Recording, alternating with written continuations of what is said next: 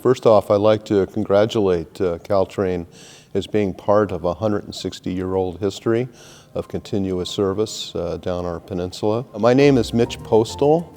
I'm president of the San Mateo County Historical Association. San Mateo County was blessed by having the San Francisco to San Jose Railroad completed in 1864. It was the first commuter railroad west of the Mississippi, and it was 5 years before the Transcontinental Railroad.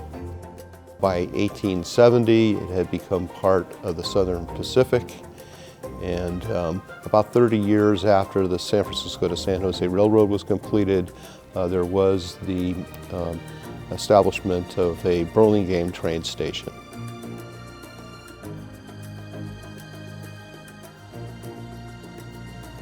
And of course, this was a very celebrated construction because it is regarded as the first example of the Mission Revival architectural style anywhere in a permanent building.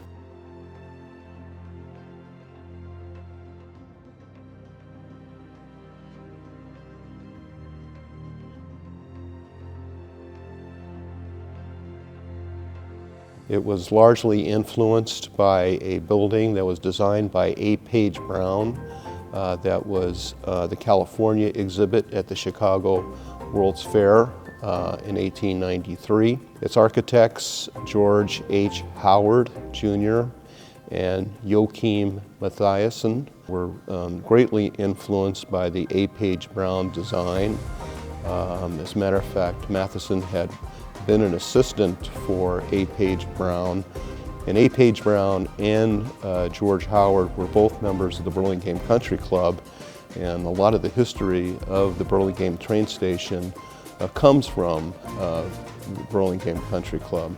The Country Club was established in 1893, and its members were extremely influential businessmen from San Francisco, and they desired to have a train station that would be pleasing to their tastes. Members really wanted to have a grand train station that they could use on their way to and way back from the club. Usually by that time with the railroads, they would have some kind of a regular design for all their stations. The membership of the Burlingame Country Club volunteered to raise another $3,000 so that they could have a train station that would have this grand design.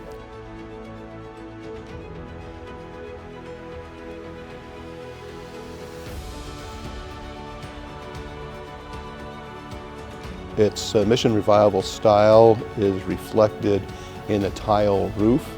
Many of the individual pieces are said to have come from a mission hospice building that was built back in 1793. So those tiles were already 101 years old when they were put on the train station. And it's thought that many of those tiles could still be in place to this day. Other tiles are said to have come from the Mission Carmel down Monterey County. Other embellishments include stucco walls that were reminiscent of adobe materials, use of arches.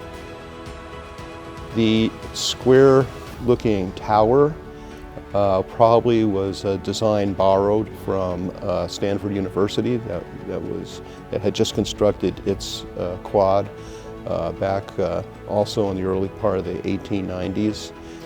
And the upshot was just a beautiful train station that remains iconic for architectural students, for historians, and for, of course, the local people of Burlingame.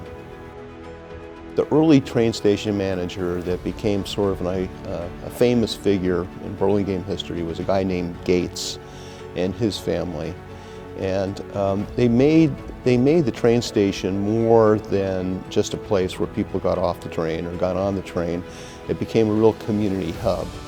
And the Sunday school was there. Some of the community churches met there before they had their own buildings. A lot of the clubs, men's and women's clubs, met there.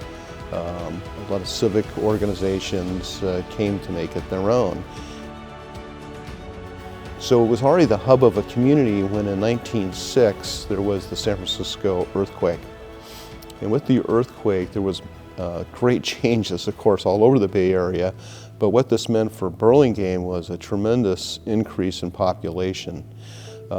Refugees from San Francisco were anxious to get out of the fire and all the devastation that was the city, and to look for places down the peninsula to look. And a lot of them, even though they may not have ever seen Burlingame, knew that name. They knew the name because of the Burlingame Country Club. And so when it came time to get off the train to try to find a new place to live, a lot of them did select Burlingame, and it grew exponentially.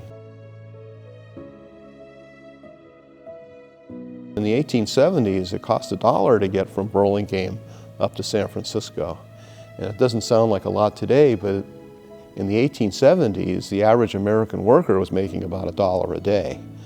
It was the great families of San Francisco that desired to get their families out of the squalor of a 19th century city, who established their large estates down the peninsula. They became our first commuters.